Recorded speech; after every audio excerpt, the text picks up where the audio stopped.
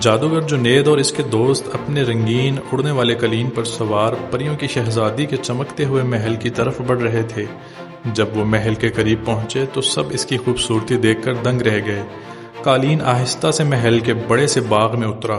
گانے والی چڑیا خوشی سے اپنی دوست شہزادی کو پکارنے لگی۔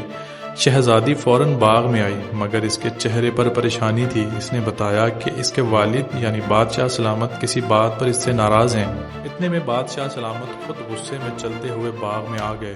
وہ بہت سخت طبیعت کے مالک تھے۔ انہوں نے اپنی بیٹی کو اس کے نئے دوستوں کے ساتھ یعنی جنید اور جانوروں کے ساتھ دیکھا تو اور بھی غصہ ہو گئے۔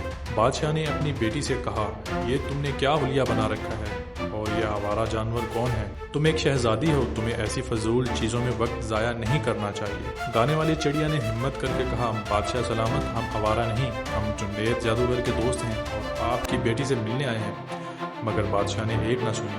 انہوں نے غصے سے حکم دیا، شہزادی آج سے اپنے کمرے سے باہر نہیں نکلے گی اور ان سب کو محل سے باہر نکال دو۔ یہ سن کر شہزادی بہت اداس ہو گئی اور روتے ہوئے اپنے کمرے کی طرف بھاگ گئی۔ جنید اور اس کے دوستوں کو بھی بہت افسوس ہوا، لیکن وہ بادشاہ کے حکم کے آگے کچھ نہ کر سکے۔ سپاہیوں نے انہیں محل سے باہر جانے کا کہہ دیا۔